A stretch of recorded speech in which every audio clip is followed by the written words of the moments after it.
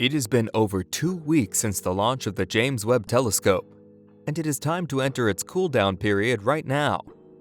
On the 8th of January 2022, the engineers finally unfolded the telescope's sun shield through a process that took a week.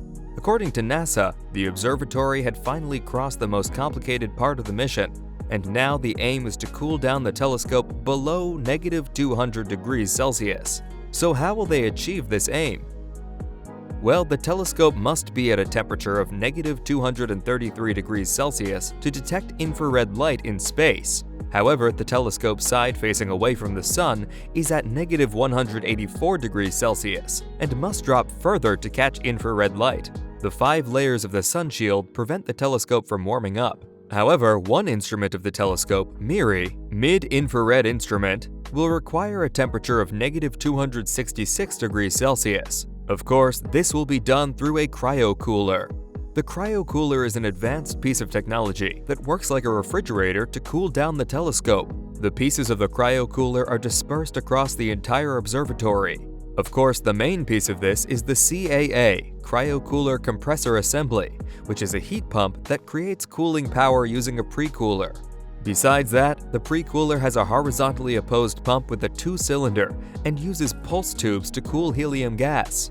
On the other hand, there is also an efficiency pump that spreads a separate bunch of helium gas that is different from the helium in the precooler. Keep in mind that the CAA is inside the observatory bus, on the warm observatory side that faces the sun, so it works to pre-cool and pump cold helium gas through the MIRI. The CCEA, Cryocooler Control Electronics Assembly, controls the CCA.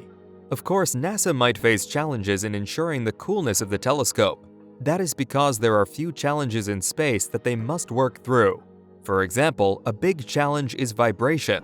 Cryogenic systems usually contain moving parts that produce vibrations, but these vibrations in the Webb telescope must not exist, as any jitter can shake the optics and lead to the creation of blurred images. Because of this, the cryocooler for the telescope contains 2 moving parts that are designed to operate in a smooth manner without such vibrations. Such deployment in the cool-down period is a big gamble, because you never know what will go wrong. During initial testing, the sun shield also hit a few snags that NASA fixed before deploying the telescope into space. Everything seems to be going smooth, and we hope that the cool-down period is successful. Right now, the sun shield is keeping the telescope cool, and the cryocooler will also soon work its magic to ensure that the telescope is at ideal operating temperature. Of course, the process will take a week or more for everything to work as expected. We are excited to see how this journey unfolds, and we will keep updating you every step of the way.